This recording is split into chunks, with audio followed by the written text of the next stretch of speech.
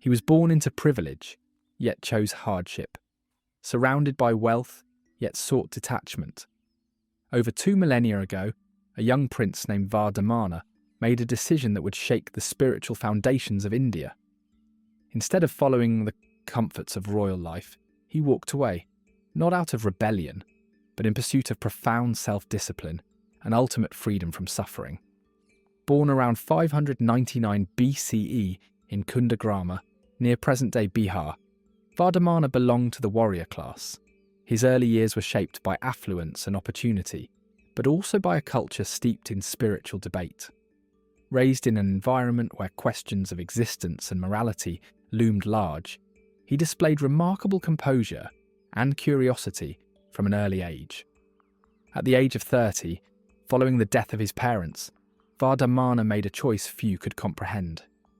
Born into status and surrounded by comfort, he stood at a crossroads between a life of privilege and a path of profound renunciation.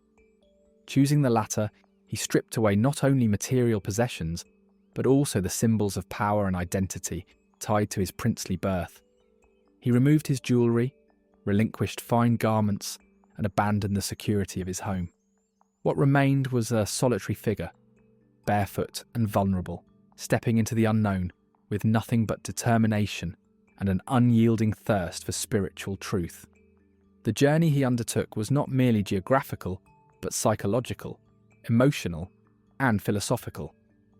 For 12 relentless years, he wandered across the plains, forests, and villages of the Indian subcontinent.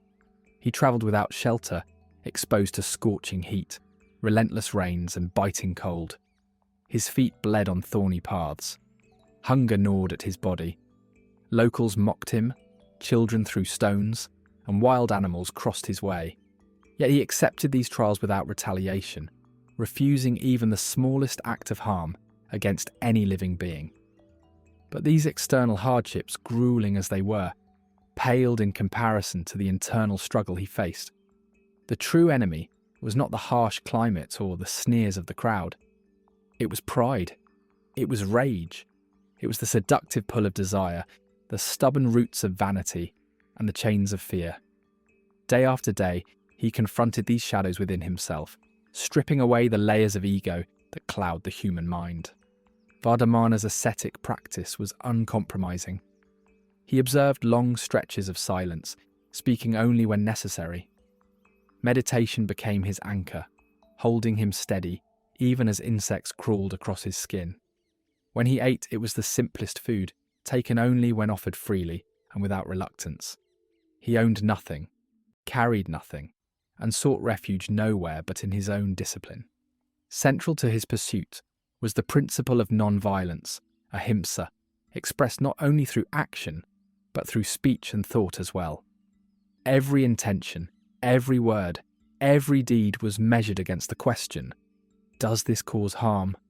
His compassion extended to every living being, whether human, animal, or insect, reflecting his deep belief that all creatures possess a soul capable of suffering. As the years passed, his body grew lean, but his focus sharpened. Through this long and arduous process of purification, Vardhamana sought not mastery over others, but mastery over himself. His quest was for knowledge untouched by bias, for awareness free from distortion.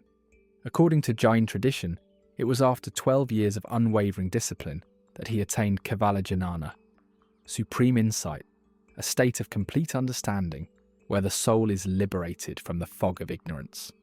From this awakening, he emerged not as a ruler, not as a prophet claiming divine favour, but as Mahavira, the great hero. The title did not celebrate military conquest or physical prowess. It honoured the courage required to overcome anger, greed, and delusion. It recognised the triumph of inner clarity over outward struggle. With enlightenment came responsibility. Mahavira did not retreat into isolation with his newfound understanding. Instead, he chose to share his insights openly, teaching that liberation was not reserved for the elite or the learned, but was accessible to anyone willing to live with discipline, compassion, and sincerity.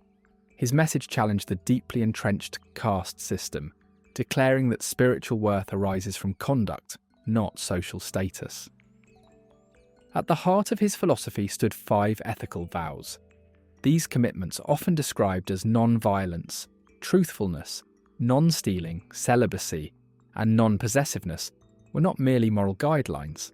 They were tools for transforming the soul, demanding rigorous honesty, self-control, and kindness in every facet of life.